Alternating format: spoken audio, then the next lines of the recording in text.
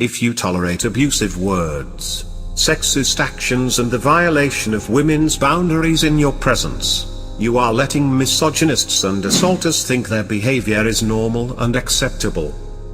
You are nurturing a culture in which they can and will thrive.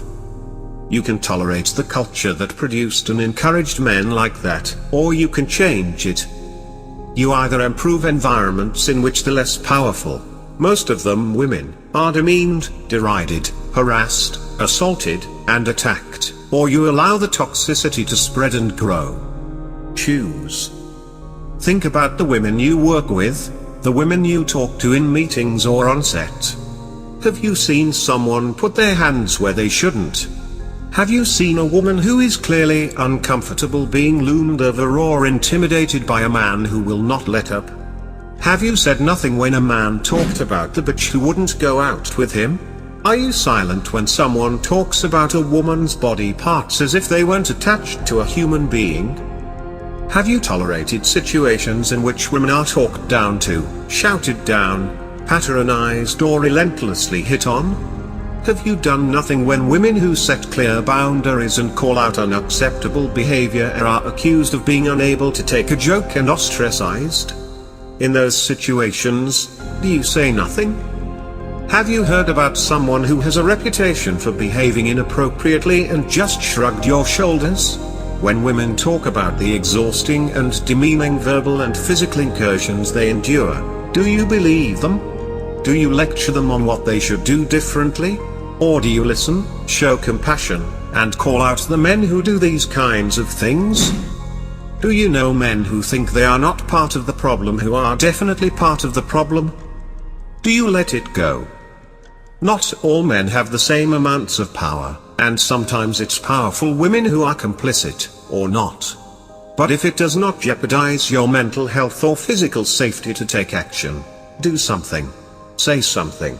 Do your bit to tear down the entertainment industry culture that has continued to nurture, cover for and explain away the destruction perpetrated by monsters, and by their lackeys, acolytes and enablers.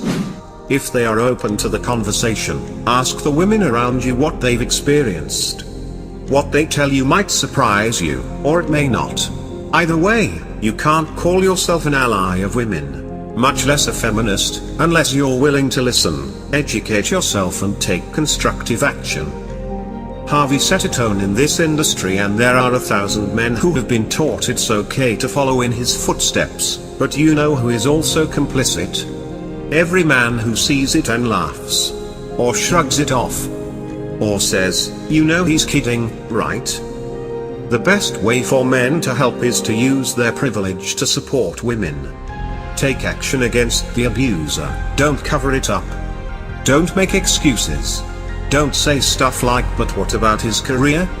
He's responsible. Believe women when they tell you this happened. The biggest thing though? Confront other men when it's just you dudes alone talking. Don't simply express shock that these kinds of things occur and leave it at that. Maintaining a veneer of perpetual shock inoculates men against expectations to hold other men accountable. One more thing, don't blame victims for not coming forward. Blame the powerful folks who knew and helped cover it up. The ones who had little to lose. The entertainment industry is a small town. Women in it, whatever their ages or experience levels, must frequently depend on the opinions and recommendations of powerful men. The tight-knit networks of professional contacts that lead to jobs are hard to break into, and if the men who dominate most of them decide to put a woman in the troublemaker category, good luck. If women don't keep quiet about unwanted advances, toxic cultures, sexist behaviors and questionable hiring practices, they know they could be throwing away everything they have achieved and everything they want to do in the future. It doesn't take much for a powerful man to stymie or end a woman's career. Unless change is promoted and sustained by powerful, connected people in the industry, and the majority of those with the greatest influence are men, more aspiring artists, writers and producers will be harmed. Those who have experienced misogyny, bias, and various forms of physical aggression and mental assault will continue to suppress their suffering. And some of them will leave. We'll never get their stories. We won't get to enjoy their creative output. And the patterns have allowed so much transgression, abuse, and assault, the dynamics that have led to some powerful men hurting women with impunity for years on end, will be perpetuated indefinitely. I'm not okay with that. I bet you aren't either. But no one gets to sit this out.